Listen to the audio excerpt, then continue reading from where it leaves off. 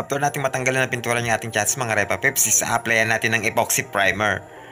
2 to 3 full coats ang magandang kapal ng primer na ilalagay natin dito mga Repaps. At mag-interval tayo ng 15 minutes bago tayo nag-second coat.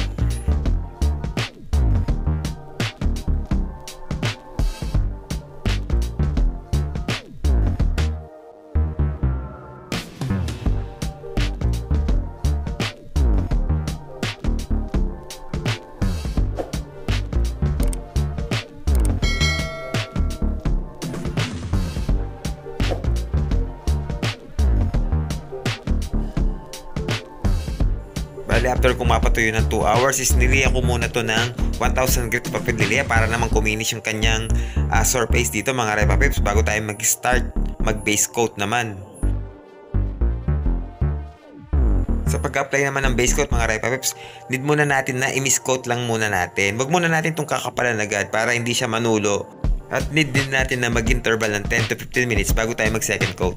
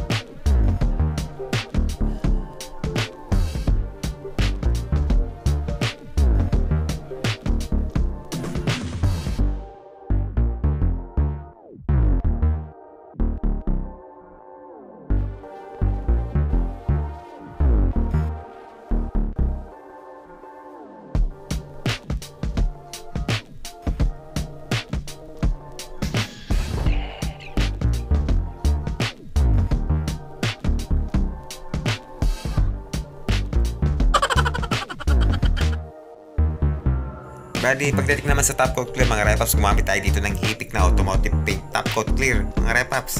Meron tong kasamang catalyst, so no need thinner na to. At meron din tayo ditong silver flakes mga Repaps na ihalo natin sa top coat clear para pagka nasisinagan siya ng araw is nagre-reflect yung mga flakes na to mga Repaps. Bali, ang gagamitin natin is itong silver. Bali, magtimpla muna tayo dito ng top coat clear. So, yung ratio nito is uulitin ko lang mga Repaps is 4:1 at no need thinner na to mga Repaps.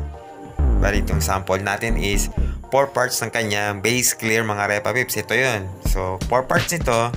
Tapos, divide natin sa 4 para makuha naman natin yung catalyst na 1 part.